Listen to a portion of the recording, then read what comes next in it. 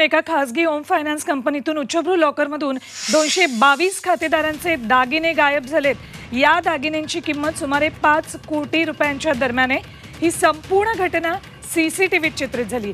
Sarkarwada police स्टेशनमध्ये गुन्हा दाखल करण्यात आलाय। शहरातल्या डोंगरे वसतिगृहात परिसरामध्ये 24 तास रहदारी असलेल्या रस्त्यावर ही कंपनी आहे। त्यामुळे खासगी बँका, फायनान्स कंपन्यांचे लॉकर्स आणि त्यांची सुरक्षा ऐरणीवर आली आहे। थेट जाऊयात, आमचे प्रतिनिधी योगेश खरे नाशिकहून आपल्या सोबत आहेत। नाशिक रहदारीच्या भागामध्ये इतकी मोठी चोरी होतीये, निश्चित धक्कादायक म्हणावं लागेल।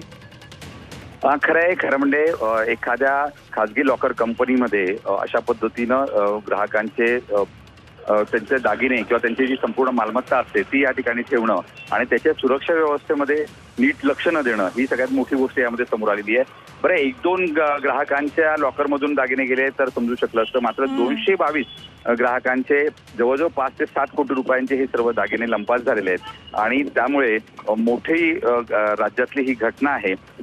अनेक जण आपला घरातला सर्व आपली जी कमाई असते आयुष्यातली किंवा आपले जे दागिने असतात हे संपूर्ण सुरक्षित ठेवण्यासाठी या लॉकरचा सहारा घेत असतात आणि या लॉकरमध्ये आता 222 लॉकर मधले दागिने गायब होत आहेत, म्हणजे ही काय 5-10 मिनिटात झालेली चोरी नाहीये। सुरक्षा व्यवस्था नव्हती का त्या ठिकाणी?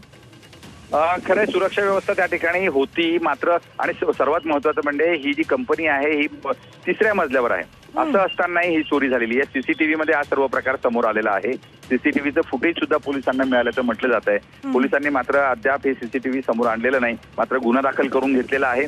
सरकारवाडा पोलीस याबाबतचा तपास करतायत। मात्र या धक्कादायक घटनेनं एकूणच नाशिकमध्ये खळबळ उडाली। ठीक, धन्यवाद या संपूर्ण माहितीसाठी योगेश।